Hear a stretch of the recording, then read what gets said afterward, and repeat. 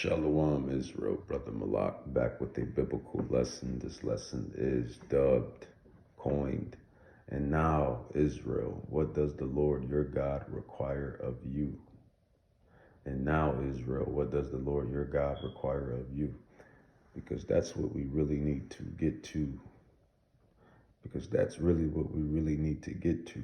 What does Yahweh Bahashem Yahushua require of us? And the fact of the matter is, he requires for us to come back to him. That's why it states in the Apocrypha, according to Baruch 4, that you were not sold to the heathen for your destruction, but because you moved Yahweh with wrath and anger.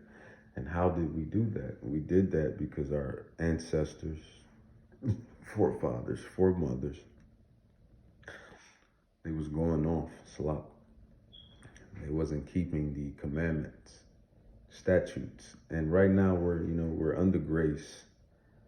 All praises to Yahweh Shai HaMashiach for that blood that he shed. But even within that, we're still governed by the law, which means I don't have to kill, steal, murder, rape, lie, pillage, etc., etc. Shave my beard, shave my head, break the Shabbat, even, and other things. But we know, as Mark states, that if you break one part of the law, you broke them all. But that's my whole point of bringing up that I don't have to kill, steal, kill, murder, rob, pillage, etc., etc. So by doing that, we're still keeping these commandments. And what is sin according to the Bible? 1 John 3:4, for sin is the transgression of the law. He who sins transgresses the law.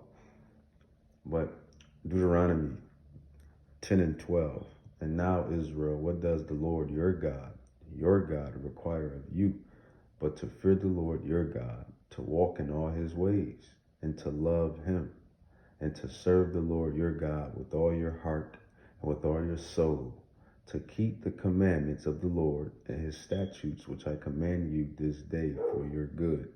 And that was basically some of the commandments that the least of the commandments that I brought out. Thou shalt not kill, steal, covet, break the Shabbat,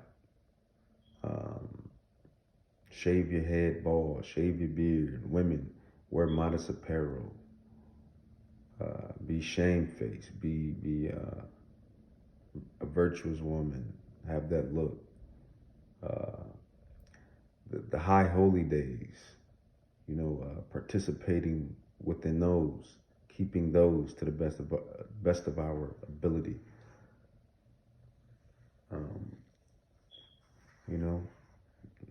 No envying your brother and sister, and hating your brother and sister, evil eye, and the least commandments we can keep. We can keep, man. So that's what Yahweh requires of us, man. And ultimately, this is why we're in this predicament that we're in to this day. This is why we are scattered through the four corners of the earth. Through that Deuteronomy 28, 1-68. Deuteronomy 28, 1-68 prophecy. We came over on ships, cargo slave ships for the 3 tribes, Judah, Benjamin, and Levi. And then the 10 tribes, they were already here. We know that because Christopher Columbus brought 3 Hebrew interpreters. So 2nd Esdras 13 touches up on that. But the commandments, that's our heritage, that's our history. The covenants, the promises, that's us, Jacob, Israel, you so-called Negroes, Latinos, and Native Indians. The Russian icons prove it all. The deeper you dig within the earth, The artifacts that pop out and pop up proves it all. All the texts and ancient writings and artifacts prove it all. You Negroes, Latinos are the children of Israel, the children of God. And we must get back to our Father, his ways, which is his commandments, to the best of our ability, fearing him to the best of our ability, having faith in him to the best of our ability, reading these scrolls, reading these scriptures. I know it's a lot of books to read, Israel, and your attention span is so short. And nowadays, everybody's attention span is so short. But that's why the word calls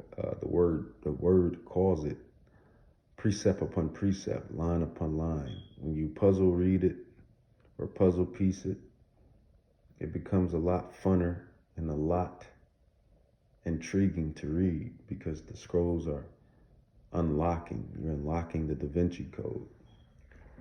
But Ecclesiasticus 24, verse 8. This is of the Creator, Yahweh, of all things, man. He created the heathen nations.